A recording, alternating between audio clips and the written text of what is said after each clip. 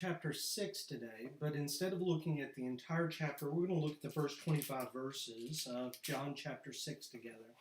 John chapter 6 begins with Jesus going across the Sea of Galilee, going away from the city of Capernaum to an isolated place.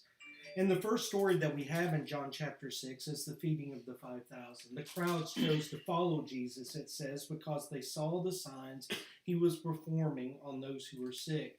And Jesus took that opportunity, expressing his compassion, but also declaring himself to be the Son of God, but also testing his disciples. And he took 5 barley loaves and 2 fish and fed this great number of people. And after feeding them, it said they had as much as they wanted. And after they gathered up, there was more left over than when they first began. In verse 15, it says that Jesus perceived in the people that they were intending to come by force and make him king. So Jesus withdrew to himself for a period of time. Apparently, he was apart from his disciples as the day grew to a close, and disciples decided to cross back over the sea to the city of Capernaum.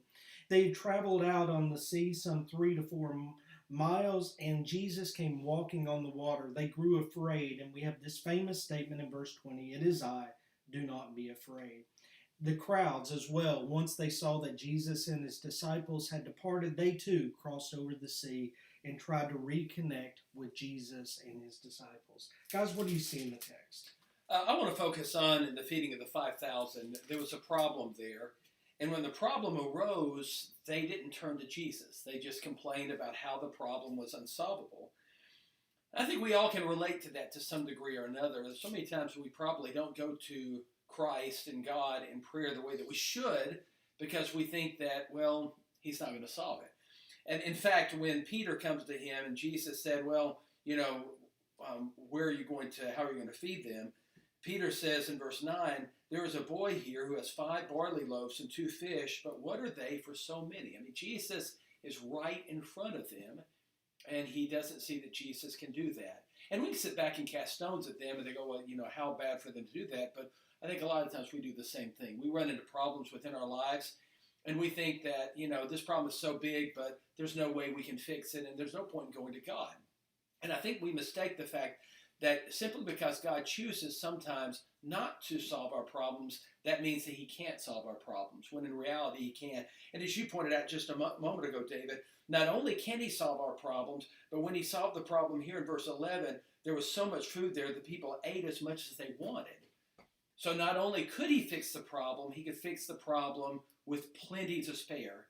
And I think the lesson that you and I need to learn is we need to, whatever our problems are in our life, and there are many sometimes, we need to make sure we always go to God, trusting that he has the power to deal with it and he has the wisdom to deal with it as he sees fit. And when he deals with it, he can fix it in its completeness. So whatever it is, or whatever the thing is that you're concerned about, go to God, take it to Christ. Amen. And then I think there's a wonderful lesson for us in the account of Jesus walking on the water. The disciples are out in the middle, are about 3 or 4 miles off of the shore, out in the middle of this sea, and they see Jesus coming towards them, and it's storming all around them, and they're understandably frightened. I'd be scared if somebody was walking across the water to me in the middle of this storm. But Jesus comes up to them, and he says, "It is I, do not be afraid." He knows exactly what they need to take away their fear. It's him. It's Jesus. And he knows that's exactly what we need as well. When the storms of life are around us and we feel frightened, we feel unsure, we need to turn to Jesus, like Mark said. He's the one who can solve our fears because he's the one who can follow through. Because in verse 21 it says they were glad to take him in the boat, and immediately, it wasn't over a course of time, immediately the boat was at the land to which they were going. Amen. 2 great points. Thank you for joining us today. If you have any thoughts on this section of the Gospel of John, please let us know in the comments below. We'd love to see your insights as well. Please join us tomorrow as we finish out this great chapter.